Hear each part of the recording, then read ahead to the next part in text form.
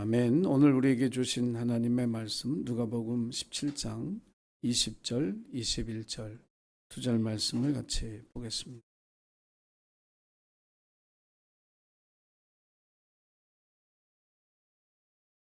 누가복음 17장 20절, 21절 신약성경 124쪽입니다. 우리 같이 두 절 말씀을 함께 읽겠습니다. 시작. 바리새인들이 하나님의 나라가 어느 때에 임하나이까 묻거늘 예수께서 대답하여 이르시되 하나님의 나라는 볼 수 있게 임하는 것이 아니요 또 여기 있다 저기 있다고도 못하리니 하나님의 나라는 너희 안에 있느니라. 아멘. 새해 첫 주일 이렇게 여러분 얼굴 뵈니까요 생기가 도시는 것 같아요. 활기가 있고. 우리 좀 지나긴 했지만 옆분에게 새해 복 많이 받으세요 한번 하시죠.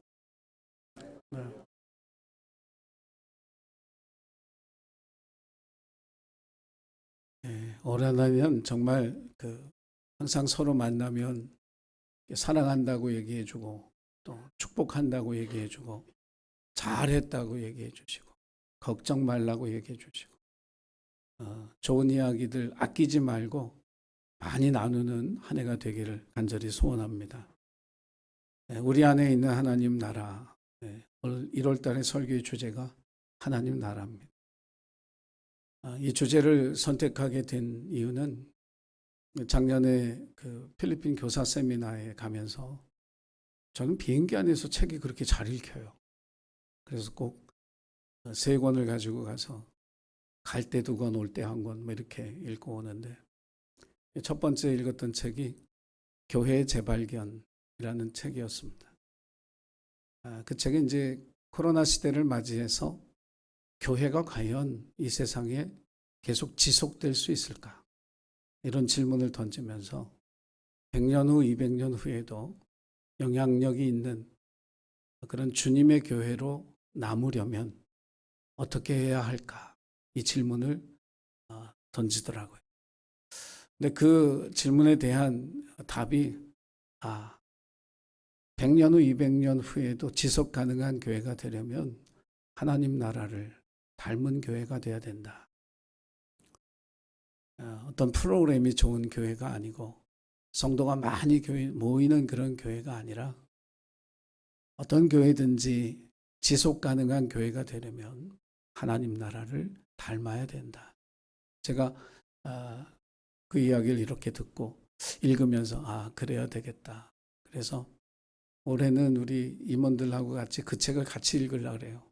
그래서 하나님 나라를 닮은 교회가 어떤 교회인가를 함께 나누면서 우리 예신교회가 지속 가능한 교회, 100년 후에도 예신교회라는 이름으로 하나님을 예배할 수 있는 교회로 설 수 있도록 저와 여러분이 기도하고 한 마음이 되어져 주시기를 주의 이름으로 부탁을 드립니다. 삼성의 이병철 회장님 살아있을 때 절두산의 박희봉 신부에게 24가지의 종교적 질문을 던진 적이 있었습니다. 단순한 종교적 질문이기보다는 삶의 고뇌를 담고 또 어떤 영적인 것에 대한 갈망을 담은 그런 질문이었어요. 근데 그 24개의 질문을 받으니 박희봉 신부가 자신이 대답하기에는 좀 어렵다라고 생각을 하고 유명한 정희채 신부에게 그 질문지를 넘겨서 그 질문에 대한 답을 이병철 회장에게 보냈다, 이렇게 추측할 수가 있습니다. 그 질문 가운데 이런 질문이 있어요. 신은 왜 자신의 존재를 분명하게 드러내지 않는가? 또 다른 질문은 신이 인간을 사랑했다면 왜 인간에게 고통과 불행과 죽음을 주었는가? 성경이 하나님 말씀이라는 걸 어떻게 증명할 수 있겠는가? 우리나라는 두 집 건너 교회가 있는데 그럼에도 불구하고 사회 범죄는 왜 이리 많고 국가적 시련은 왜 이리 많은가? 로마 교황의 결정에는 틀림이 없다는데, 잘못이 없다는데 그도 사람인데 어떻게 그런 독선이 가능한가?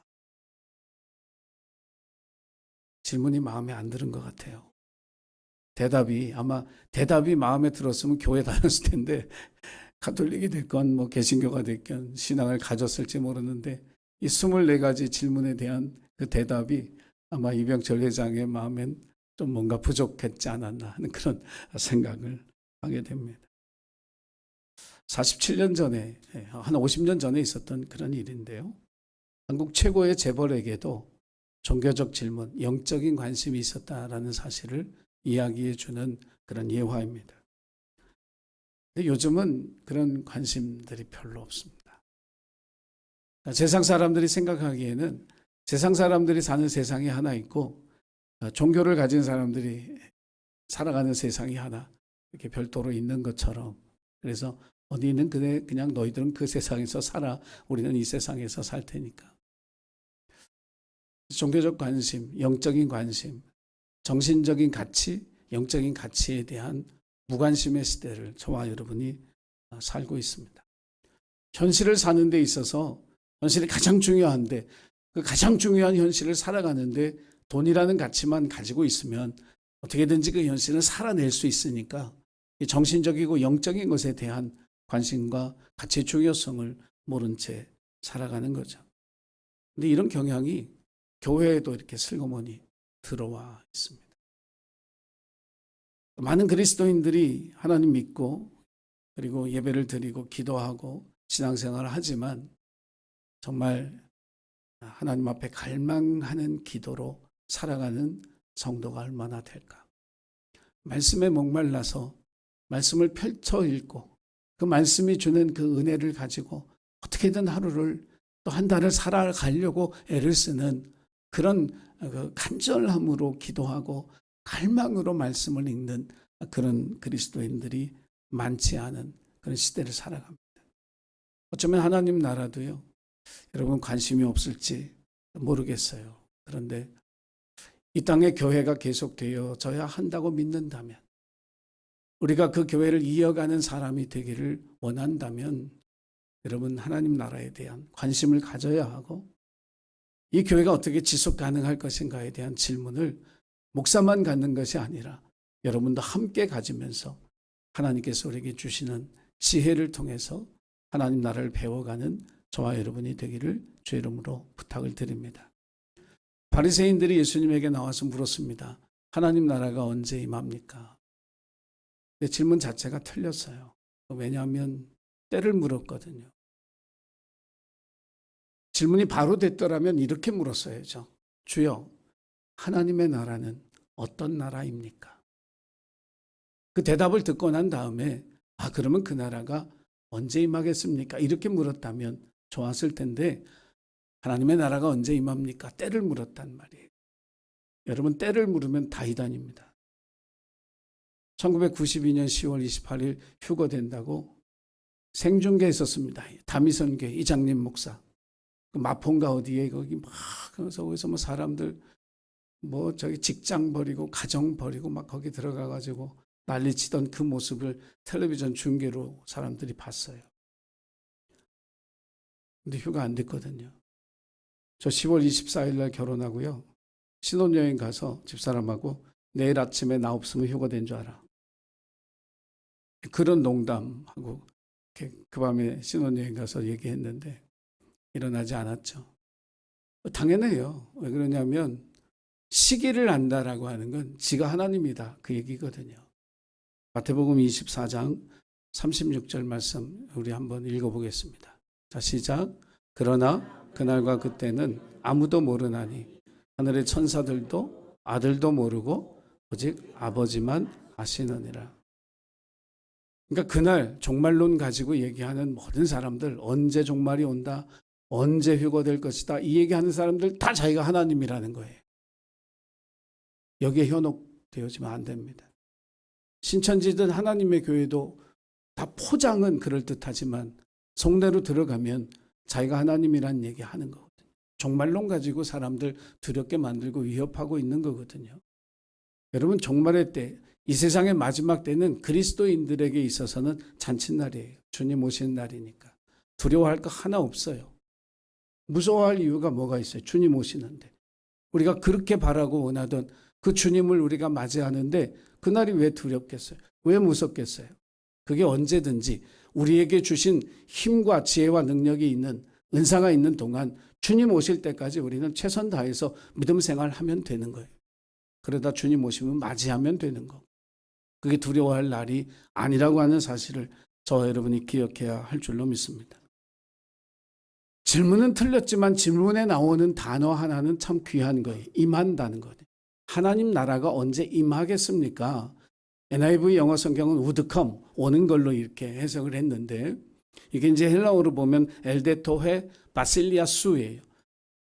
바실리아, 그러니까 왕국인데, 킹덤인데 수니까 his, 하나님의 왕국이 언제 임하느냐, 올 것이냐 이렇게 얘기했어요. 근데 이 헤데토라고 하는 말은 뭐냐면 어떤 그 장소에 혹은 어떤 공간에 그게 임하는 거예요.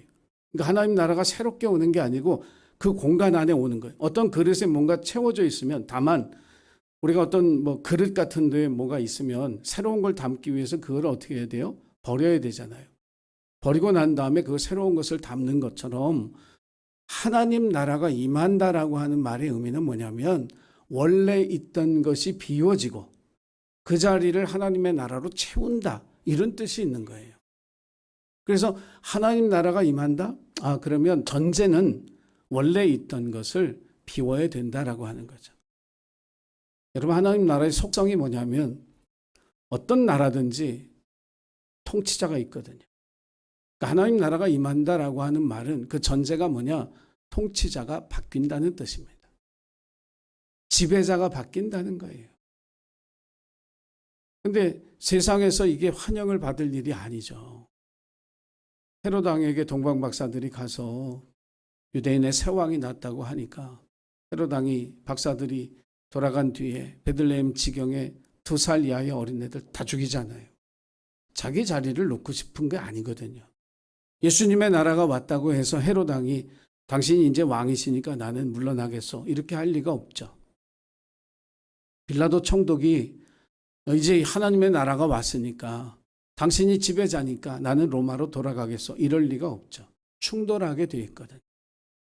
그래서 하나님의 나라가 임하기 위해서 통치자, 지배자가 바뀌어야 되는데 이것은 우리 개인에게도 해당이 된다는 거예요. 우리의 가정에도 해당이 되고 교회에도 해당이 되고 나라와 민족 가운데도 적용이 된다라고 하는 거죠. 그러니까 하나님의 나라가 임하려면 내가 내 인생의 주인이고 내 인생의 주권자로 살아가는 이 삶에 주님이 주권자가 되셔야 돼요. 우리 가정에 하나님의 나라가 임하려면 가장이 그 가정의 지배자가 아니라 통치자가 아니라 주님이 그 가정을 다스리셔야 되는 거예요. 이 교회에 임하시려면 목사가 통치자가 아니라 주님이, 교회의 머리가 되신 그 주님이 이 교회를 다스리셔야 되는 거예요. 이 나라가 하나님 나라가 되려면 대통령이 뭐 바뀌고 이 문제보다도 하나님의 뜻이 다스리는 나라가 돼야죠. 그게 이제 하나님의 나라라고 한다라고 하는 거죠. 여러분, 우리가 인생을 살아가면서 예수 믿으면 주권을 하나님 앞에 드려야 된다, 이 얘기를 하지만 그게 실제로 되어져야만 우리의 삶에 하나님의 나라가 이루어지는 줄 믿으시기를 바랍니다. 여러분 자신에게 그 질문을 던져야 돼요. 내 인생의 주인이 누군가? 누가 내 인생을 이끌고 있는가? 여러분, 이 주인이 바뀌어야만 여러분의 심령 가운데 하나님의 나라가 임하는 복된 은혜를 누리게 되어질 줄로 믿습니다. 그래서 올 한해 우리가 하나님 나라를 닮아가는 교회에 대해서 이야기하면서 나부터 통치자를 바꿔야 되겠구나, 이 믿음의 결단이 저와 여러분에게 있어서 올 한해 하나님 나라를 여러분의 심령 가운데, 가정 가운데, 우리 교회 가운데서 경험하는 한 해가 되기를 주의 이름으로 부탁을 드립니다. 두 번째로 예수님이 이제 그 질문에 대해 뭐라고 얘기하시느냐면 하나님 나라는 눈으로 볼 수가 없다, 또 여기 있다 저기 있다도 할 수 없다, 이렇게 얘기하셨어요. 바리새인들이 이 말을 들으면서 아마 충격을 받았을 거예요. 유대인들이 원하는 하나님의 나라는 메시아 왕국이거든요. 근데 이 메시아를 어디에 투영하고 있냐면 다윗이라고 하는 왕에게 다윗의 후손 가운데 그리스도가 온다. 메시아가 온다. 이 다윗의 왕국을 생각하면서 메시아 왕국을 꿈꾸는 거예요. 그래서 하나님의 나라는 다윗 시대의 영토를 이야기하는 거예요. 팔레스타인 땅에 그들이 가장 넓은 영토를 차지했던 이 다윗 왕 때의 왕국을 하나님의 나라가 임하는 땅으로 이 사람들이 생각하고 있는 거죠. 근데 예수님은 볼 수 없다. 여기 있다, 저기 있다. 이렇게 못한다. 이렇게 얘기하셨어요. 다시 말하면 하나님의 나라가 장소적인 개념, 너희들이 생각하는 그런 장소적인 개념이 아니다라고 하는 사실을 분명하게 여기에서 말씀하고 있는 겁니다. 여러분, 한 국가가 있으려면 영토가 있어야 돼요. 그 맞는 얘기거든요. 그런데 바리새인들이 생각하는 그 다윗의 왕국의 그 영토에 하나님의 나라가 임한다? 그건 아니다라고 하는 거죠. 왜냐하면 그 영토에 하나님의 나라를 담을 수가 없어요. 여기에 하나님의 나라를 요만큼, 여기 하나님 나라, 저기 요만큼 하나님 나라, 그 개념이 아니라는 거예요. 요한복음 18장 36절에서 예수님이 빌라도 총독에게 이렇게 말씀하셨습니다. 우리 같이 한번 보죠. 자, 시작. 내 나라는 이 세상에 속한 것이 아니니라. 만일 내 나라가 이 세상에 속한 것이었더라면 내 종들이 싸워 나더러 유대인들에게 넘겨지지 않게 하였으리라. 이제 내 나라는 여기에 속한 것이 아니다. 내 나라는 이 세상에 속하지 않았다 하는 이 말은 그냥 하나님의 나라가 영적인 것이다라는 그런 뜻이 아니에요. 이 세상이 담을 수 없는 나라라는 거예요. 이것을 우리가 하나님 나라로 알아야 되는 거죠. 우리가 사도행전 1장 8절을 읽어보면 예루살렘과 온 유대와 사마리아와 땅끝까지 이게 점점 확장되어져 가는 거예요. 이거를 어떻게 생각하느냐 하면 전도의 지경을 넓혀간다. 교회를 확장해간다. 이렇게 생각할 수 있겠지만 사실 그 말씀을 하신 뜻은 뭐냐면 온 세상이 하나님의 나라가 돼야 된다는 거예요. 온 세상에 복음이 전해져서 그 복음이 전해지는 모든 땅에 하나님의 나라가 이루어져야 된다라고 하는 그 얘기를 하는 거죠. 이제 우리가 지구촌이라고 하는 말을 자주 사용하고 있습니다. 앞으로 더 많이 사용하게 될 것이고 지구촌, 지구에 사는 사람들이 한 가족이다 이런 얘기를 이제 수도 없이 저희들이 듣게 될 겁니다. 그러나 실제로 우리가 살아가면서 우크라이나에서 3년째 전쟁을 하고 있지만 그 사람들의 아픔이 과연 내 가족의 아픔처럼 느껴질까? 우리 동족이 당하는 아픔처럼 고통처럼 느껴질까? 이스라엘과 하마스의 전쟁 때문에 벌어지고 있는 그 참상을 책임감을 가지고 바라보면서 나도 책임이 있어. 그 어린 생명들의 희생에 대해서 가슴이 찢어질 듯한 아픔을 느끼고 있는가라고 할 때 그렇지 않거든요. 우리는 우리 문제 때문에 너무 힘들어. 니들 문제 니들이 해결해. 이게 우리의 태도지. 여러분 정말 같은 동족처럼 가족처럼 그런 고통과 아픔을 느끼지는 않는 거예요. 그렇다고 해서 여러분 죄책감을 느끼게 하려고 하는 건 아니에요. 그렇다는 거예요. 그렇다는 거.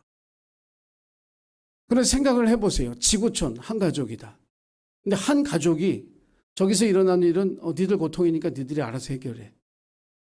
여기서 일어나는 일은 니들 문제니까 니들이 해결해. 이게 하나님 나라일까요? 그게 하나님이 원하시는 하나님 나라일까요? 아닌 거죠. 예수님이 말씀하신 하나님의 나라는 차별이 없어야 돼요. 사람들 사이에 세운 장벽이 없어지는 나라예요. 차별과 장벽이라고 하는 이것이 엄연히 이 세상에는 존재하고 심지어 우리 마음속에 다 존재해요. 이 사람은 이래서 안 돼. 자기 나름대로 평가와 판단의 기준을 가지고 거리를 두죠. 그 사람의 고통이나 아픔은 그래 네가 그래서 겪는 거지 어떻게 하겠어. 하나님의 나라는 여기 요만큼 그래 예수 믿는 사람들 요 기독교 안에서만 하나님 나라 여기 참 선한 일을 하는 이 단체 속에서 하나님 나라 이거 아니라고요. 하나님의 나라는 모든 종교를 포함하고 모든 단체를 포함하는 이 지구촌 전체에 하나님의 나라가 이루어지는 것이 우리 주님의 뜻이라고 하는 거예요. 그래서 온란에 우리가 하나님 나라를 이루기 위해서 하나님 나라를 살기 위해서 해야 될 일이 내 안에 있는 차별을 없애야 돼요.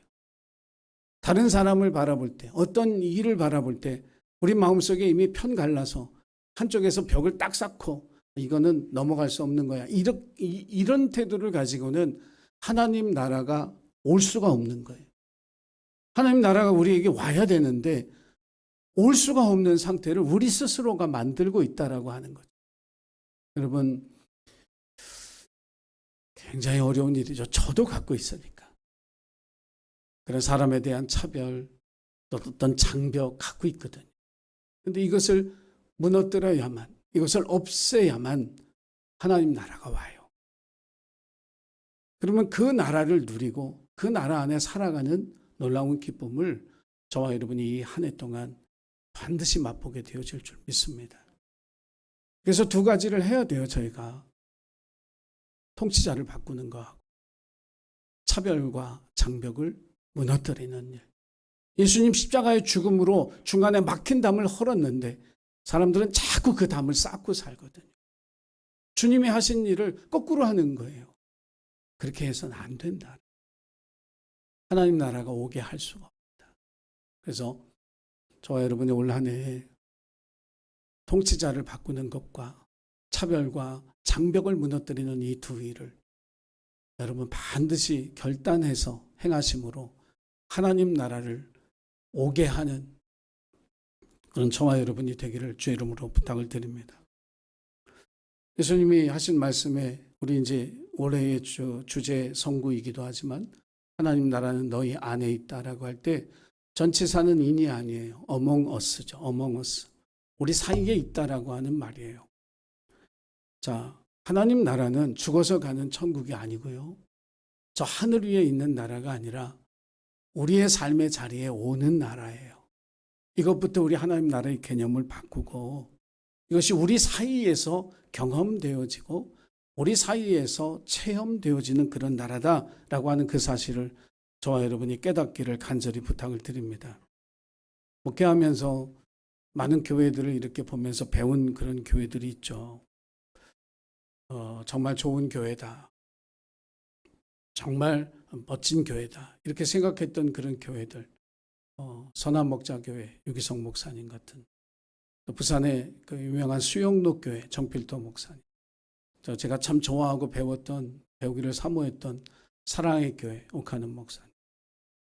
또 새로운 목회 지평을 열어갔던 온누리교회 하용조 목사님. 그런 분들 교회를 보면서 되게 부럽기도 하고 왜 난 저렇게 못할까 하는 그런 탄식도 하고 그런데 여러분 하나님의 나라는 아주 멀리 있는 것이 아니라 우리 사이에 우리 가운데 있다라고 합니다. 우리가 섬기는 예수님교회 가운데 주님의 나라가 올 때에 우리가 그 나라를 누리며 살아갈 수 있게 되는 줄 믿으시기를 바랍니다. 이 세상에 완전한 교회는 없지만 그 완전한 교회 속에 오셔서 불완전한 교회 속에 오셔서 그 부족함을 채워 하나님 나라를 이루시는 그 하나님이 2024년 새해에는 우리 교회 가운데 오셔서 하나님 나라를 맛보는 저와 여러분 되기를 간절히 소원합니다. 그래서 저와 여러분이 하나님 나라를 만들 수 있다는 교만함을 내려놓고 주님이 우리 가운데 오실 때 주님의 능력으로 이루어지는 그 하나님의 나라 때문에 기뻐하고 감사하고 또 하나님께 영광을 돌려드리는 저와 여러분이 되기를 주의 이름으로 부탁을 드립니다. 기도하겠습니다. 우리가 하나님 나라를 만들 수는 없습니다. 그래서 주님이 오시도록 우리가 준비하고 예비해야 될 줄로 믿습니다. 우리 인생의 주권자를 바꾸게 하시고 우리 마음속의 차별과 장벽을 무너뜨려 주님의 나라가 내 심령 속에 우리 가정의 이 교회 가운데 나라와 민족 가운데 임하는 복된 한 해가 되도록 도와주시옵소서. 하나님 나라를 닮아가는 교회, 지속 가능한 교회가 되도록 더욱더 기도하고 하나님의 지혜를 구하는 2024년 예수님 가족들 다 되도록 인도하시고 도와 주시옵소서. 예수님의 이름으로 기도드리옵나이다. 아멘.